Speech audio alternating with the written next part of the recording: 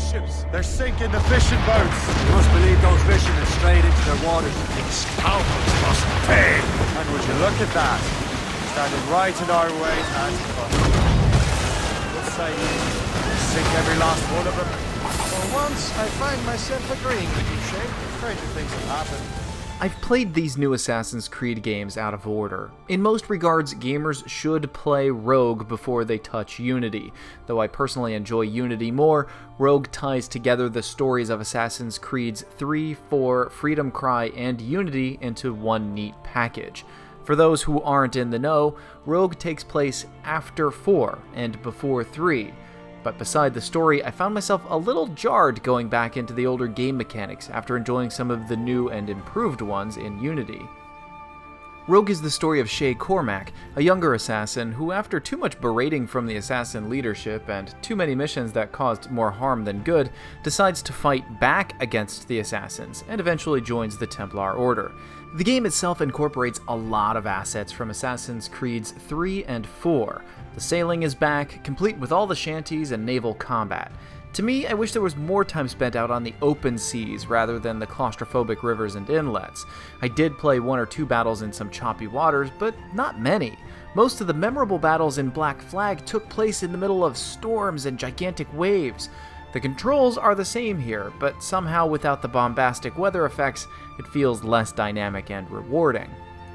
There are some larger cities and even some large forest areas like what was found in AC3, but also making a return is the classic style of physical combat. Though AC4's combat was much harder than the previous entries in the series because of the much slower regenerating health, after playing Unity, Rogue feels like a walk in the park where you play a cybernetic murder robot from the future. Overpowered doesn't even begin to describe the combat. Chain kills are available, and the gear you use has little effect on the hand-to-hand combat except for cosmetics. The Berserk rifle is available early on in the game, which causes enemies to go insane, attack one another, and then die. This same mechanic has been in the series for a while, but here you get it very early on, and almost every enemy slain carries ammunition for it. I found it entirely too easy to abuse.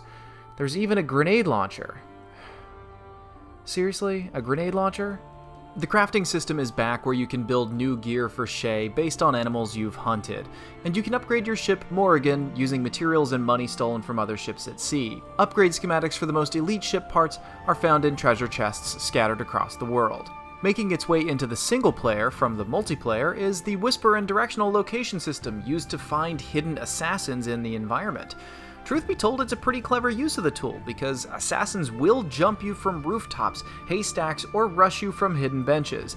But as far as good, new, or original use of old mechanics go, that appears to be it.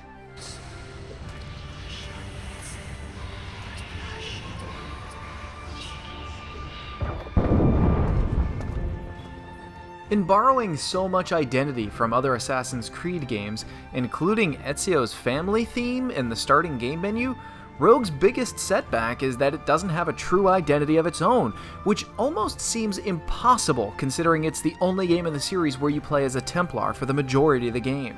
And just because I made note of the accents used in Unity, here the characters stick to the proper accents of their heritage, which makes Unity's choice to give Napoleon a British accent even weirder. So in short, if you loved 4 and you want more of 4, Rogue might be the game for you. But Black Flag was best on the PlayStation 4, Xbox One, and PC, and Rogue sadly won't be out for PC for a little bit yet. Currently there's no word of it coming to the Xbox One or PlayStation 4, but it wouldn't surprise me one bit if it appeared. But, on a positive note, the frame story is back in full swing in Rogue.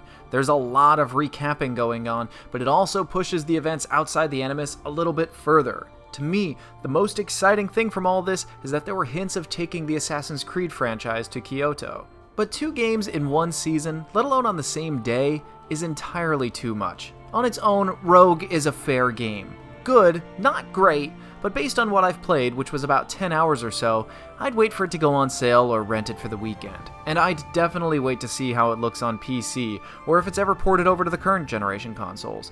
3 and 4 looked okay on last generation hardware, and even though the ports weren't the best on PC, that was still the superior platform to play those games on. I'm sure the same will be said for Rogue in time.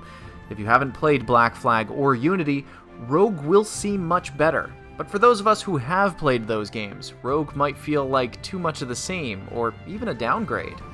In the perfect world, Ubisoft would have only released Rogue this holiday season across all platforms, and saved Unity for the summer during the dry release season.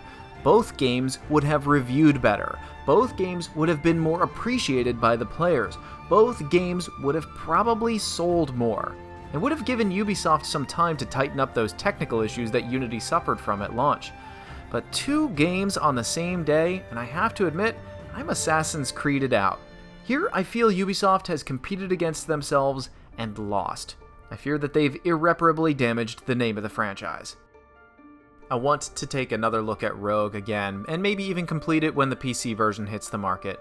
But if you're absolutely chomping at the bit for some Assassin's Creed action, I would recommend picking up one or the other and giving your thumbs and your wallet a break. Crafty consumers will wait for the eventual sale.